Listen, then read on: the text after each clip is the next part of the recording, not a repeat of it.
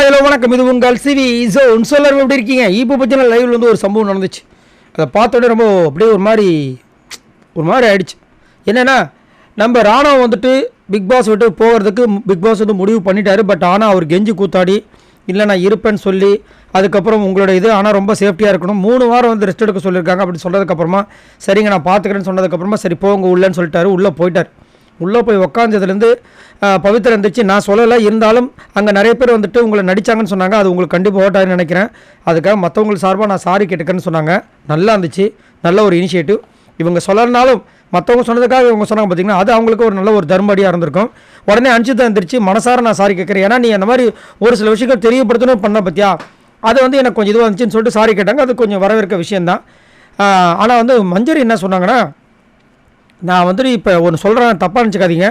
இப்போ ஒரு தப்பு நடந்ததுக்கப்புறம் சாரி கேட்குறது எல்லாம் ஓகே. பட் தப்பு நடக்கிறதுக்கு முன்னாடி அவர் நடிக்கிறாரோ இல்லையோ, ஒருத்தர் வந்து வழியில் துடிக்கிறார் அப்படின்னா அந்த நேரத்தில் அந்த மாதிரி பேசாதீங்க யாரும். அது வந்து இன்னும் அவரை வந்து வழியை வந்து கொல்லும். அதனால் தயவுசெய்து அந்த மாதிரி ரியாக்ட் பண்ணாமல் இதுக்கப்புறமா வந்து இனிமேல் இந்த மாதிரி யாராவது முடியல அப்படி சொன்னாங்கன்னா அது அந்த மாதிரி வார்த்தைகளால் பேசாமல் அடுத்த கட்ட நடவடிக்கையை பாருங்கள் அப்படின்ற மாதிரி சொன்ன உடனே அன்ஷிதா கோவம் வந்துச்சு. அப்போ நாங்கள் வந்து உண்மையாக நாங்கள் சொல்ல வரலையா? அவங்க என்ன சொல்ல வராங்கன்னா, தப்பு பண்ணிட்டு சாரி கேட்கறத விட இந்த மாதிரி சுச்சுவேஷன் இந்த மாதிரி பேச வேணாம்னு சொல்கிறாங்க. அது நம்மளுக்கு புரியுது. ஆனால் அன்ஷிதாக்கு இது வரைக்கும் புரிஞ்சிருக்கா?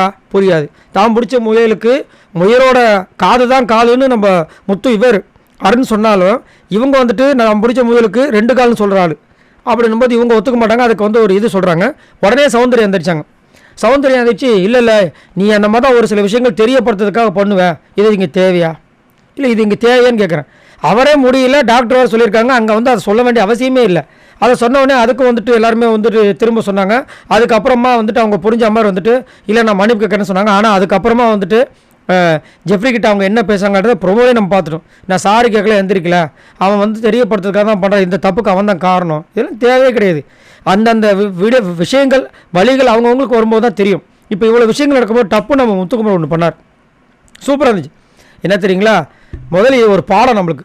இதுக்கப்புறம் இது யாரும் பண்ணாதீங்க, அவ்வளோதான். அதுக்கப்புறம் இந்த கேமை பொறுத்த வரைக்கும் ராணா அவனோட பெஸ்ட்டை கொடுத்தான்.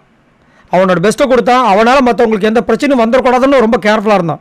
ஸோ அதனால் தயவு செஞ்சு எல்லோரும் கிளாப் பண்ணுங்கன்னார். ஏன்னா வந்ததுலேருந்து அதை பண்ணாமல், ஏன்னா அந்த ஒரு பெஸ்ட்டு கொடுக்கணும்னு சொல்லி தான் அவர் போய் பண்ணி அந்த மாதிரி ஆச்சு. அதை முதல் பாராட்டாமல் இவர் மேலே குறைய சொல்லிக்கிட்டு இந்த சௌந்தர்யா ஜெஃப்ரி வந்து சாரி தான் சொன்னார். ஆனாலும் அங்கே வந்து ஸ்ட்ரெஸ் பண்ணுறாரு.